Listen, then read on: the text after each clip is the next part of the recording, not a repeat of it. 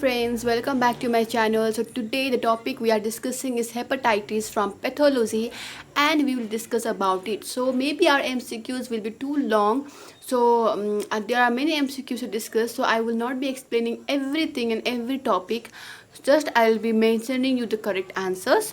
So let's get started. So councilman bodies are seen in, the first question is councilman bodies are seen in. Okay, and I have already ticked here actually acute viral hepatitis, alcohol hepatitis, Wilson disease, and autoimmune hepatitis. So I ticked here by mistake. So it's acute viral hepatitis. Obviously, you got to know the answer. So um, we should know about acute viral hepatitis also, and we should know the topic related to it.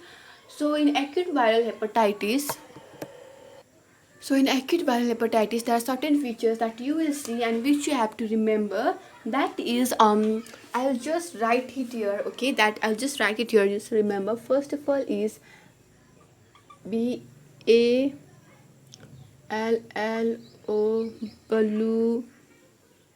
ballooning. Okay, so what does ballooning means? That in acute viral hepatitis, the hepatocytes of the liver, okay, the hepatocytes of the liver, they swell up, okay, like ballooning, okay, like a balloon, they get swell up. So first thing that is known as ballooning occurs in the acute viral hepatitis. The consul bodies, okay, so presence of the apoptotic hepatocytes giving rise to consul bodies means the hepatocytes that undergoes apoptosis, okay, they form the concealment bodies. Okay, they form the concealment bodies. And then also there is the disruption of the lobular architecture of the liver. Lobular architecture of liver.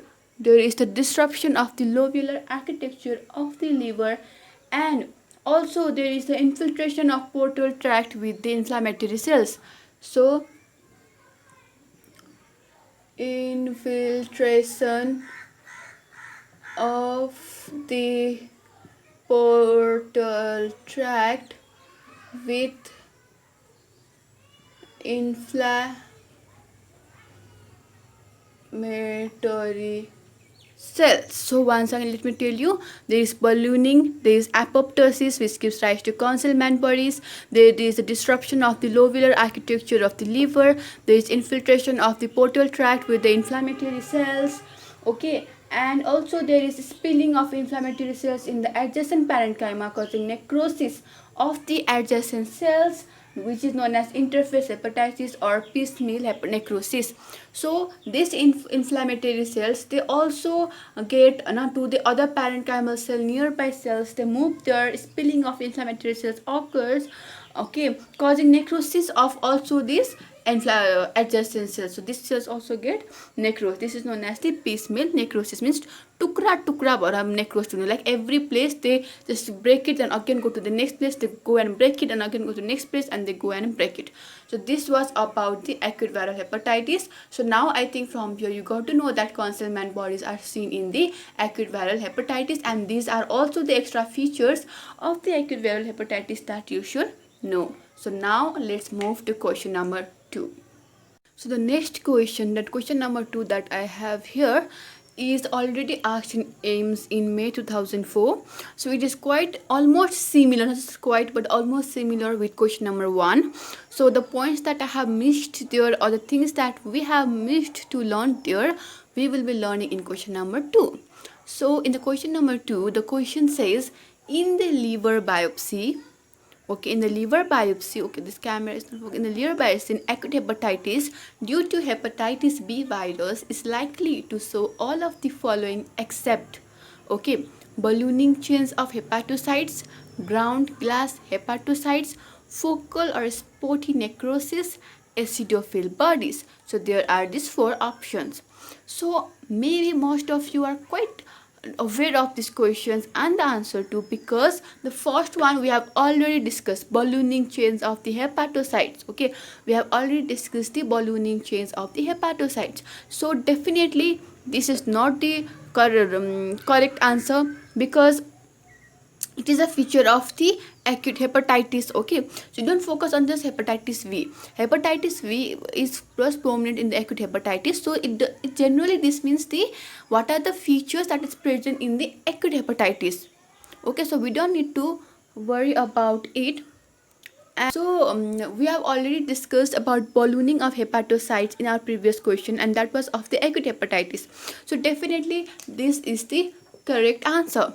Okay, this is the these are the liver. This is shown in the liver biopsy. The next thing that we can see in the liver biopsies, acidophilic bodies, which we had learned previously as the Consilman bodies. So Consilman bodies are the acidophilic bodies. Okay, they are also known as the acidophilic bodies. The next thing is necrosis. Obviously, there was the necrosis. Okay, obviously we have discussed about the focal and sporting necrosis, because of which this is almost also the correct answer. We already discussed that there is the necrosis. So we have also discussed there is bridging necrosis and different other kinds of necrosis. Then now we also discussed that how this necrosis go to the hepatocyte cells and other adjacent cells. They go to the portal system. Now the thing is ground glass hepatocytes. So this is actually not the feature of the acute hepatitis. This is the feature of the chronic hepatitis. Okay, this is a feature of the chronic hepatitis. Ground glass hepatocytes are the large hepatocytes containing the surface antigen. The cytoplasm is ground glass in appearance, and these cells are the features of the chronic hepatitis. So they contains the surface antigen. The cytoplasm is ground glass in appearance. So these kinds of appearance in the biopsy is shown not in acute hepatitis, but in the chronic hepatitis. So now let's learn what are the symptoms. Okay, in the next question or in the upcoming question, we will also learn about the symptoms of the chronic hepatitis. So our next question, that is question number 3 here, it is about the chronic hepatitis. So in this MCQ, this question only, I will try my best to include everything that you should know from chronic hepatitis. I know it will not be very much in detail, because okay, if I made it in detail, then it will just cover all one video. It will be a long lecture, and then it will be boring to watch it. So I will make, if you want, and I can make a separate video for chronic hepatitis. So now I have here the options, and you have to go for the correct one. So this one is also asked in AIMS. Okay, I forgot to write it. It was asked in AIMS in 2004. So now let's go to the question. So here in the question, you can see that in option number A, there is hepatitis A. Virus infection is common cause in children. In chronic hepatitis, morphological classification into chronic active hepatitis and chronic persistent hepatitis are important. Fatty chains in pathognomic of hepatitis C virus infection. Grading refers to extent of necrosis and inflammation. So from here, you have to choose the correct one. So if you have already studied about chronic hepatitis, then you can definitely know the answer. If you have not, then let's go for the correct answer. Let me first tell you the correct answer for this is the grading refers to the extent of necrosis and inflammation. So first of all, let me go with the option number A. Why it is not correct? Because hepatitis A virus infection is not the common cause in the children. Okay, hepatitis A virus, it does not causes the chronic hepatitis or cardiac state in hepatitis. So you cannot write hepatitis A as the common cause. Next one is morphological classification into chronic active hepatitis and chronic persistent hepatitis are important. So that's wrong. It is an old classification. In old classification also, it is the very old, because there is only there two are mentioned here. Okay, so the classification of chronic hepatitis is little different and is new now. So let me go with that classification first. So in the older classification, so from here, let us go here. So in the older classification of this hepatitis, it was classified into three types. There, that was chronic, persistent hepatitis, chronic active hepatitis, and later on another third option was added, that was chronic lobular hepatitis. Okay, these three options were added, but because of these three options only, okay, there could not be proper prognosis and diagnosis, so this was later on removed. So this is the older classification, and a new classification was proposed. So the new classification was based on cause. So let me write here. So the new classification, okay, that was brought, was based on the cause and histological activity or grade. Okay, let me write grade or histological activity. Okay, so it was based on cause, grade or histological activity, and degree of progression or stage. So degree of progression or stage. I will not go in detail about them. I'm just mentioning them that in older classification it was classified into three types: chronic persistent hepatitis, chronic active hepatitis, and chronic lobular hepatitis. This could not be very effective for diagnosis and for the other things. So that new was classified, which was based on cause, grade or histological, and degree of progression or stage. So you can see that grading refers to extent of necrosis and inflammation. So it was classified on the basis of grading, which was based on necrosis and inflammation, which includes the assessment of the portal necrosis, portal inflammation, interlobular necrosis, and fibrosis. So please listen it once again. So according to grading, okay, grading or inflammation or necrosis on the following factors like portal necrosis, okay, portal necrosis, or intralobular necrosis or fibrosis. In this basis it was graded, and it was histologically divided, and it was also divided on the degree of progression of the stage on the basis of degree of fibrosis, like mild, moderate, severe, or cirrhosis. So in this three way the whole classification was done, and this is the new classification and it is widely accepted. So definitely this one is the correct answer. Now this fatty change in pathognomic of hepatitis C virus infection. So yes, these sometimes we can see fatty change in hepatitis C virus, but it is not very important, or it is not very obviously seen in the hepatitis C virus. So this can't be correct answer, because we can see it rarely only. This fatty change is not seen every time, it is seen very rarely. So this cannot be the most appropriate answer for this question. So the right answer was grading refers to the extent of necrosis and inflammation. So this was about question number 3. Now let's move to the question number 4 of the pathology hepatitis. So in question number 4, again the most common pathological change seen in the acute viral hepatitis is. So it is asked. So it was asked in UP 2002 question. So we have already discussed about the pathological changes in acute viral hepatitis.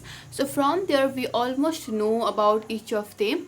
So neutrophilic infiltration is seen in acute viral hepatitis, and also ballooning degeneration.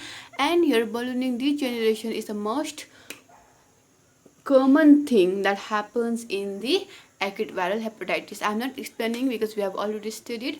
Now next question is steatosis is not seen in, okay, it's not seen in. So it is not seen in the hepatitis B infection. That means the addition or increase in the fat in the liver. So in the liver more amount of fat is increased, liver gets fatty, so that is known as steatosis. And it is not seen in hepatitis B infection, but it is seen in alcoholic person, hepatitis C infection, and protein malnutrition.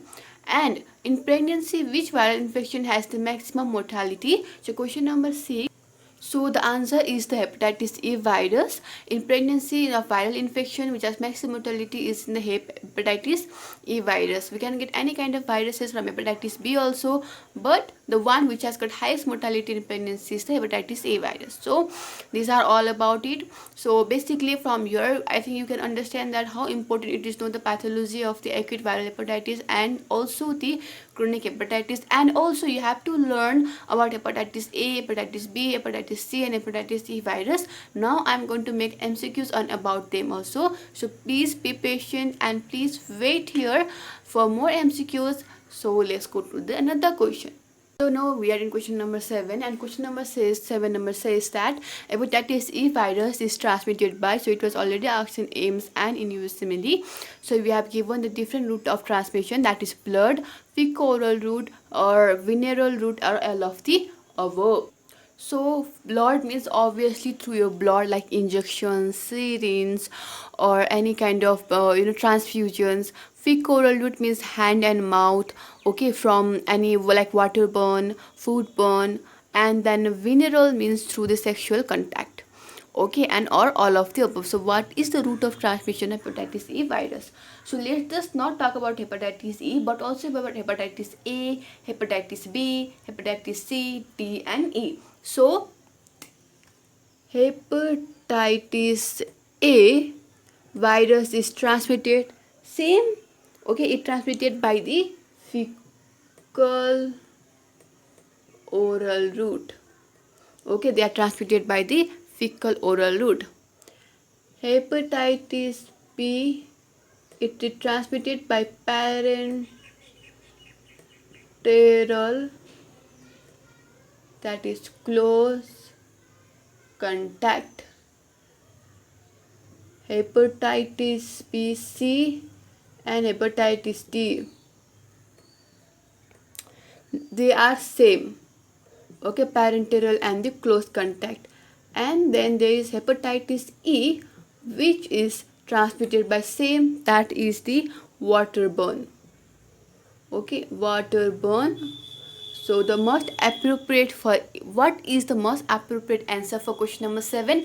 Obviously fecal oral route. So these are the mode of transmission of the hepatitis virus, okay. Now the next thing is about the genome also. So let's now learn about the genome of this virus also. So hepatitis A virus is an RNA virus and it is single stranded and linear. But hepatitis B virus is only the virus which has the DNA. Okay, it has the DNA and it is single stranded or double stranded. Okay, it is only the virus. You might be asked like, which is the only virus that has DNA as its genome? Then you have to answer it is hepatitis B virus. Hepatitis C virus is also RNA, single stranded. It is linear or circular. Hepatitis D virus is also RNA. Okay, it's a single stranded, circular. And hepatitis E virus is also RNA, single stranded and linear. So this is about the genome of the virus particle. Now let's go to the morphology also. So we will discuss everything here. We will also discuss the morphology. So morphology, hepatitis, I'll just write it A, B, C, D and E. Okay, it is hepatitis. It is about the Hep virus. So A, B, C, D in hepatitis A, hepatitis B, hepatitis C, hepatitis D and hepatitis E. So what is this morphology? So you can write here, it is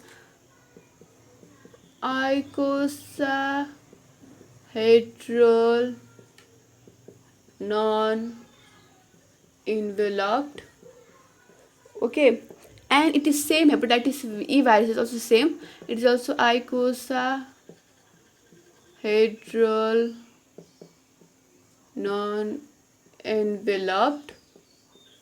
Hepatitis V is double, okay, it is double celled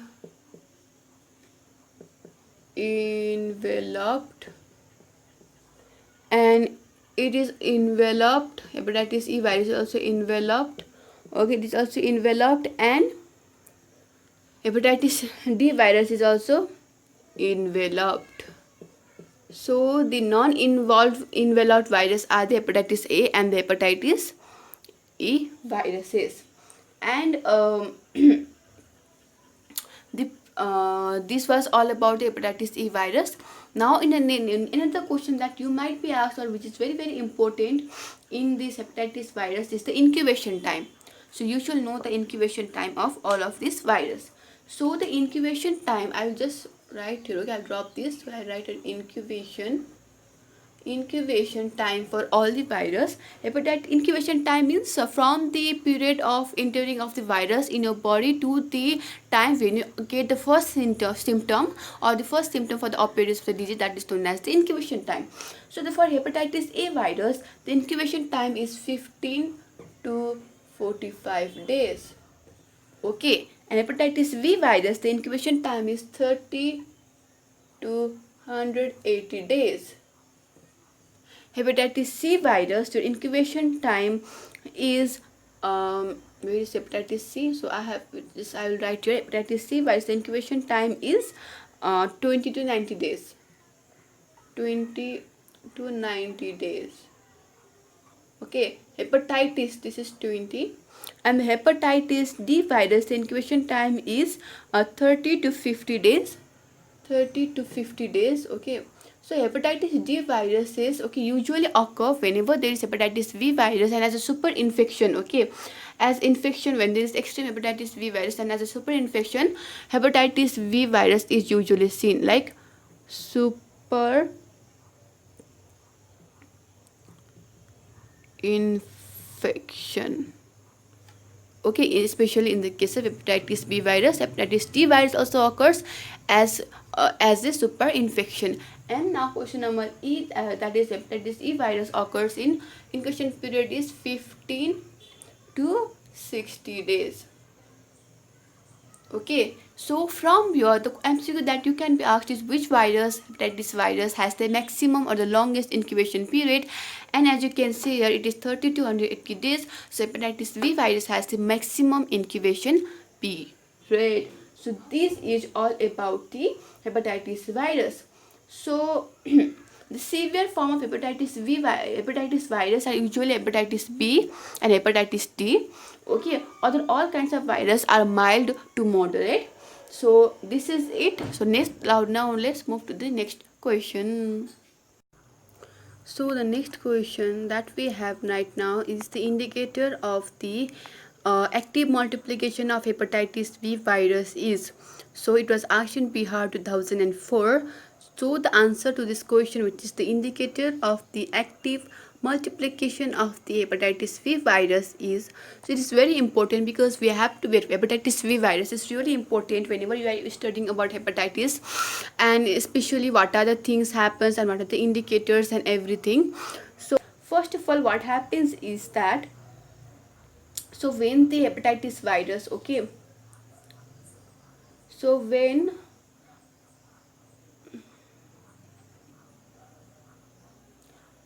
so first time when the hepatitis V virus enters into the blood, so when the first time, okay, the first time when the hepatitis V virus comes in our blood, okay, or there is infection hepatitis B virus after 6 weeks of infection, after 6 weeks of infection, okay, we 6 weeks of infection, what we can say is that detection of an indicator of the active HBV infection, which is known as the hepatitis B surface antigen.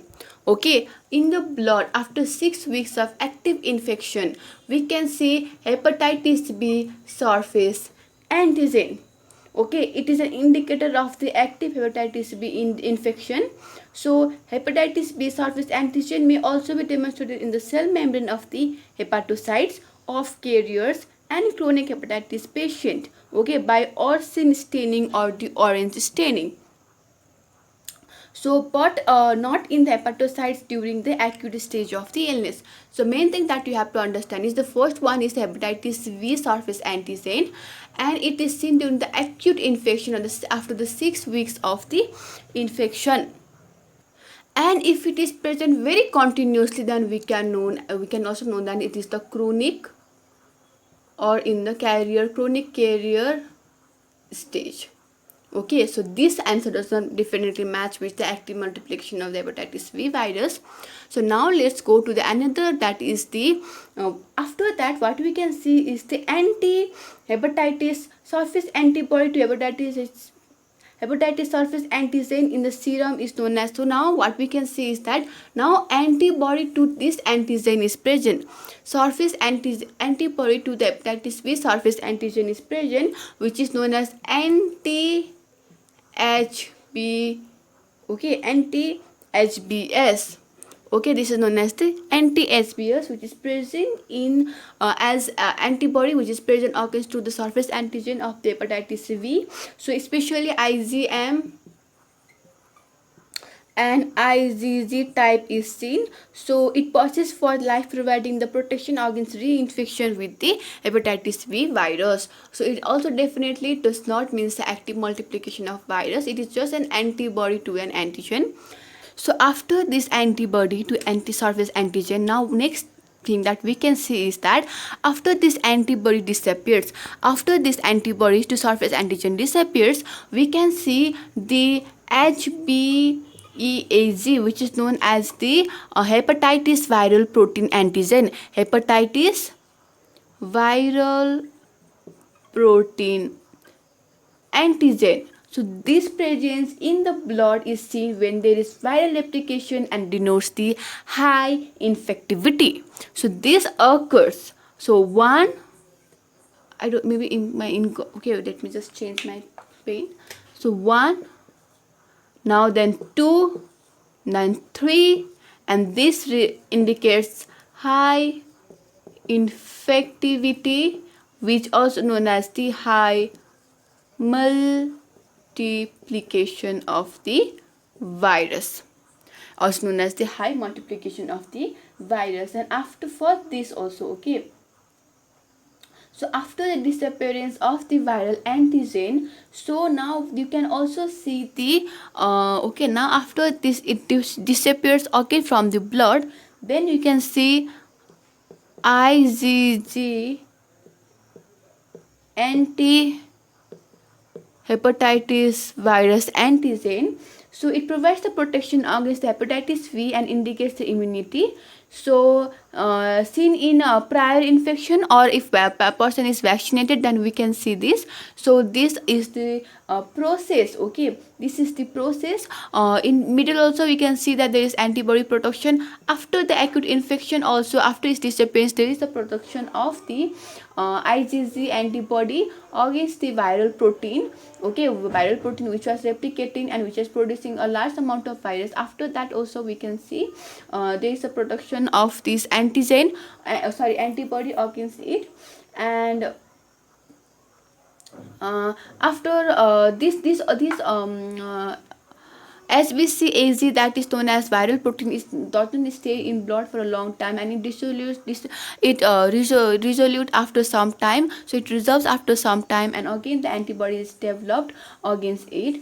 And this is how the hepatitis V virus infection proceeds. Okay, this is the stages. You can learn about it more in your book. So I have staged them into 4. One, that is hepatitis 1, 2, 3 and 4. First infection, after 6 weeks antigen is seen, which occurs in the initial infection and in the chronic carrier stage when the patient are repeatedly suffering. If we can see them repeatedly in the blood, that means the patient is suffering chronic. And then after antibody is developed, IgG and IgM, then after its disappearance, then there is the viral protein found in the body. It means that now it is in the stage 3, which means high infection and high multiplication. And after that again it resolves, and again antibody against them are produced after vaccinated. So this was about question number 8. So right now the answer is question number C, is the indicator of the active multiplication of the hepatitis V virus. About hepatitis. So this is the part 1. So today we will just discuss about 8 questions, and after that we will first of all you go and study there about this 8 question and gain some concept. Then we will go in the next part, we will discuss even more about the hepatitis. So thank you so much Please do like, share and subscribe to my channel. Learn smart, not hard. So this is the smartest way to understand and the smartest way to learn. You will just learn about all the standard exam questions. So I have asked so many of the standard exam questions, so it will definitely gonna help you in exam. So thank you so much. Take care. Goodbye.